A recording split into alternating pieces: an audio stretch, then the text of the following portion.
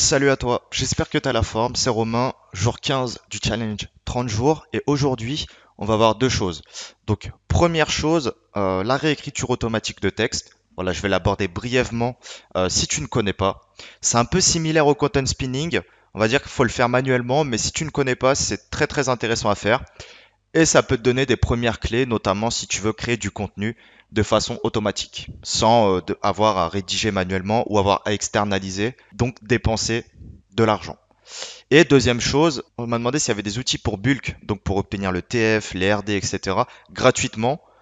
C'est ce qu'on va voir également après. Comme tu le sais, je ne peux pas trop rentrer dans le sujet du Black Hat parce qu'il y a déjà ma grosse formation Black Hat Money où tu as plus de 60 heures de vidéo. Là, je vais aborder brièvement, ça reste que une introduction, ça reste que les bases, mais au moins, si voilà, tu fais du SEO depuis quelques mois, quelques années, ça peut t'intéresser.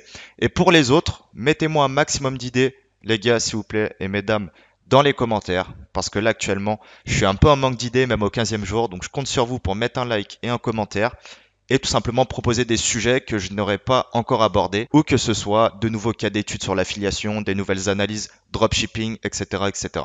On commence tout de suite. Donc là, on est sur un site qui s'appelle smodin.me et il est plutôt pas mal parce que l'algorithme derrière, je ne sais pas forcément comment c'est fait.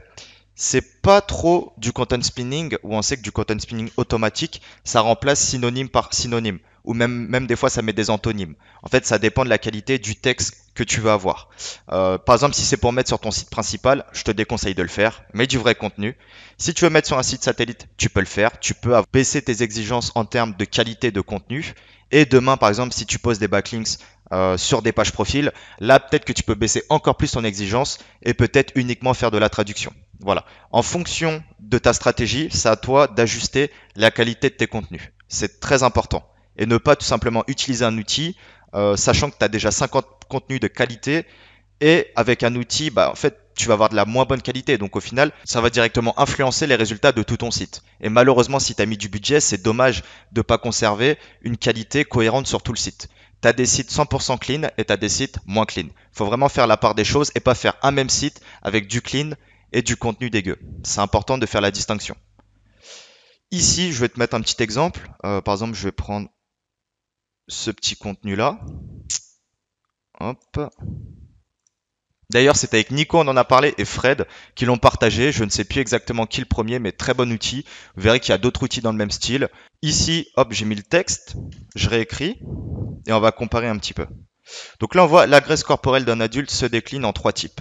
Ici, on voit il existe trois types de graisse corporelle adulte. Donc là, on a vu que c'est pas uniquement, comme je disais, du content spinning, ça remet aussi la structure des phrases. Et ça, c'est super intéressant au final.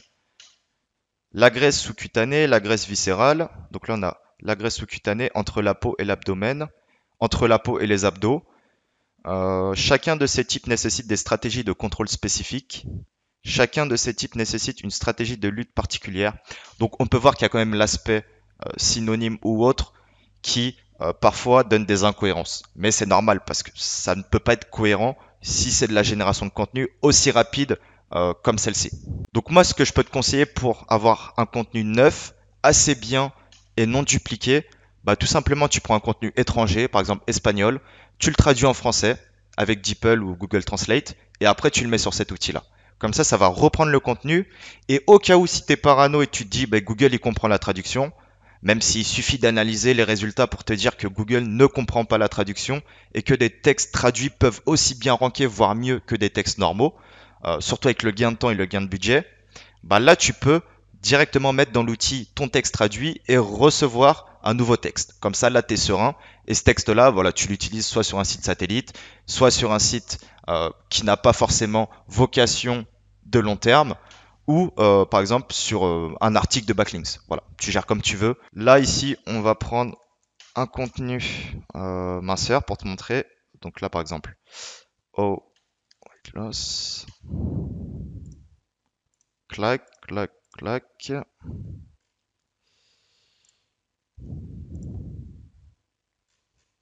On va juste prendre un paragraphe. Par exemple, il faudra un truc quand même assez générique. Ouais, ça c'est pas mal. DeepL. Bien évidemment, je ne vais pas te donner d'article de content spinning automatique parce que nous, on en a un dans la communauté BHM avec la formation BHM. Donc ça, c'est un élément qu'il faut Pour avoir, il faut bien évidemment que tu rejoignes cette formation-là. Mais là, déjà gratuitement, tu peux faire des trucs sympas avec uniquement ces petits outils-là. On va le mettre ici. Donc ça, c'est le contenu traduit de français à anglais. Là, je l'ai mis sur l'outil et là, je le traduis. Donc on a vu perdre du poids n'est jamais facile et il n'y a pas un seul conseil qui va changer cela. Perdre du poids n'est jamais facile et aucune suggestion ne peut changer cette situation. Cependant, le processus n'a pas besoin d'être aussi compliqué. Cependant, le processus ne doit pas être aussi compliqué. Vous voyez, ça change quand même quelques dénominations, donc c'est plutôt intéressant. Au lieu d'adopter une approche radicale ou globale, plutôt que d'adopter une approche radicale ou holistique, bon, voilà, il y a pas mal de changements. Et au moins, vous êtes serein parce que vous rajoutez une étape supplémentaire. Et rien ne vous empêche de reprendre le contenu donné et de le remettre à nouveau. Vous pourrez le faire bien évidemment manuellement ou avec Zenoposter. Ou avec un assistant virtuel, ce qui fonctionne très bien aussi. Donc voilà, là on voit qu'on a du contenu générable assez facilement en quelques secondes, donc c'est plutôt intéressant. Si tu ne connais pas, bah maintenant tu connais et tu vois que le référencement au final c'est relativement simple.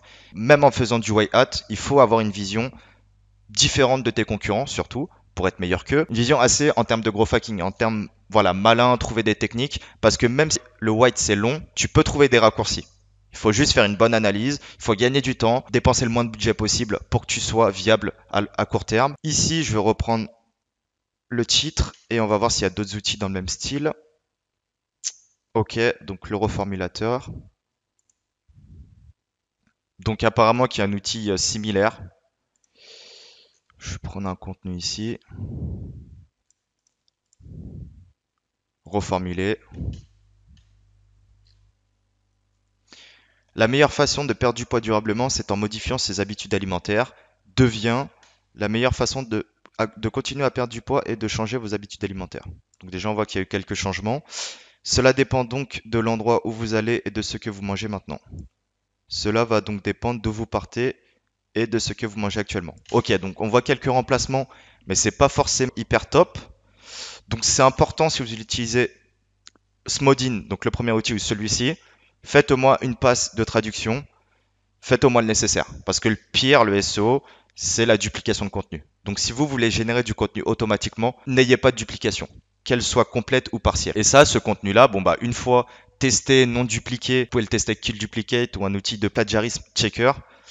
Eh bien là, vous pouvez être serein et vous pouvez mettre facilement 5, 10, 20 contenus sur un site satellite ou un site de PBN qui sera en monopage, mais qui sera peut-être de 1005 ou 2000 mots autour de votre thématique, avec un formulaire de lead et un lien vers votre site principal. Voilà, il y a beaucoup de trucs à faire en référencement. Plus vous allez être productif dans la bonne stratégie, plus ça va fonctionner, plus ça va vous apporter des résultats. Vous pouvez vous en sortir de manière économique tout en créant un empire. Franchement, vous pouvez créer beaucoup de sites, beaucoup de contenus, faire beaucoup de génération de leads, faire beaucoup de ventes sans forcément dépenser beaucoup.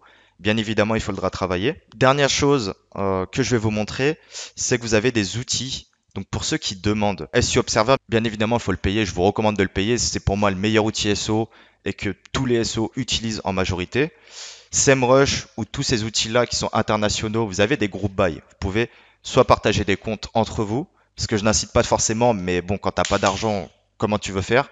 Bah, tu partages un compte avec quelqu'un d'autre ou tu as des outils sur Google. Tu tapes Group by SEMrush, tout le monde le fait, même beaucoup d'indépendants ou autres, beaucoup d'amis qui ont forcément le budget, mais qui group by parce que économiquement, ça peut être plus intéressant. Donc c'est une réalité.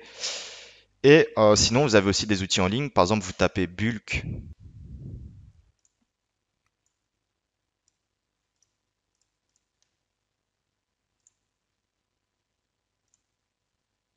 Vous pouvez trouver des outils très complets où vous pouvez mettre une URL et des outils moins complets où vous pouvez en mettre beaucoup.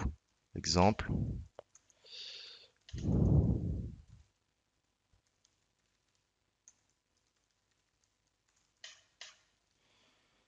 Check.